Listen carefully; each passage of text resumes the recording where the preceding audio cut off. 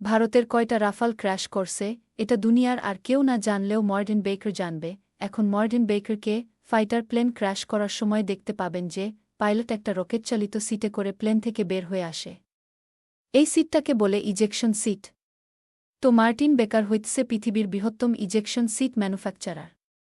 Russian ও Chinese ফাইটারগুলা ছাড়া মোটামুটি সবকয়টা ফাইটারেরই ejection seat এরা বানায় দেয়, চাই সেইটা আমেরিকান হোক, ফ্রেঞ্চ হোক, ব্রিটিশ হোক, F-15, F-16, F-18, typhoon, Gripen হোক, আর যেই দেশ মনে চায় সেই দেশ হোক, সবাই তাদের ইজেকশন সিট মার্টিন বেকারের কাছ থেকে নেয়। তাদের এই ব্যবসা প্রায় ৯০ বছরের পুরনো। স্বভাবতই রাফালের ইজেকশন সিটও তাই মার্টিন বেকারের। এখন মার্টিন বেকারের একটা বিশাল বদভ্যাস আছে। যখনই দুনিয়ার কোনো কোনায় কোনো American, British, French, European fighter crash করে, তখন ওরা ইনস্টাগ্রামে পোস্ট দেয়, "থোড় লেভ সেভড" অমুক, এবং এখান থেকেই একটা ক্লু পাওয়া যায় যে কয়টা রাফাল পাকিস্তানের হাতে ধ্বংস হইছে। ওদের ইনস্টাগ্রামে দেখা যাইতেছে ১-৬ এপ্রিলে একটা মিরাজ ৫ ক্র্যাশ করছে এবং থোড় লেভ সেভড ৭-৭-৮-৪, কিন্তু ২০ দিন পর আজকে সেই সংখ্যাটা হয়ে গেছে ৭-৭-৮-৮। মানে এই ২০ দিনে মার্টিন বেকার ইকুইপর ফাইটারগুলাতে ৪টা ইজেকশনের ঘটনা ঘটছে। আমরা খবর নিলে জানতে পারি যে এই ৪টার মধ্যে একটা হইতেছে ইউএস নেভির F-18 সুপার হর্নেট, যা ছবিতে দেখতে পাইতেছেন।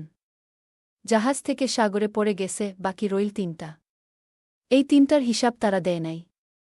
কিন্তু আজকে আমরা জানতে পারি যে এদের একটা হইতেছে মিরাজ ২০০০, যেটা গতরাতে পাকিস্তান বিমান বাহিনীর হাতে ধ্বংস হইছে এবং এর ধ্বংসাবশেষের ছবি আজকে ভাইরাল হইছে, কিন্তু বাকি রইল আরও ২টা। এই বাকি ২টা ইজেকশনের হিসাব গেল কই? ওয়েল, এই ২টাই হইতেছে সেই ভারতীয় রাফাল, যেটার ডিটেলস মার্টিন বেকার প্রকাশ করে নাই, কিন্তু সংখ্যার গরমিলের কারণে ফাঁস হয়ে গেছে। এবং সেটার প্রতিফলন ৭-৭-৮-৮ পোস্টার কমেন্টেও দেখতে পাবেন।